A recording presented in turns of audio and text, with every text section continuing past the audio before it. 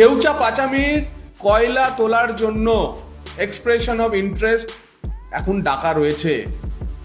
সেই কয়লা তোলার এক্সপ্রেশন অফ ইন্টারেস্টের বরাত দেওয়ার যে দরপত্র বা ইচ্ছেপত্র চাওয়া হয়েছিল, পিডিসিএল চেয়েছিল, পশ্চিমবঙ্গ বিদ্যুৎ উন্নয়ন নিগম, আগামী 3 মার্চ 3রা মার্চ সেটা খোলা হবে।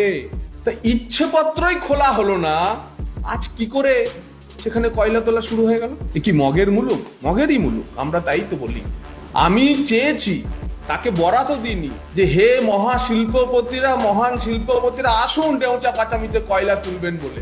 এর আগেও অতীতের বেশ কয়েকটি এক্সপ্রেশন অফ ইন্টারেস্টে কোনো লগ্নিকারী সাড়াই দেয়নি।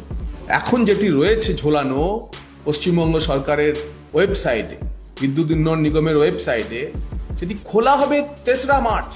তার আগেই কয়লা তোলা শুরু হয়ে গেল। জেলা শাসক নিচে বলেছেন যে কয়লা তোলা না, ব্যাসাল্ট তোলা শুরু। আবার একই সঙ্গে বলেছেন যে আমি যতদূর জানি রাজ্য সরকার আন্ডারগ্রাউন্ড মাইনিং করবে।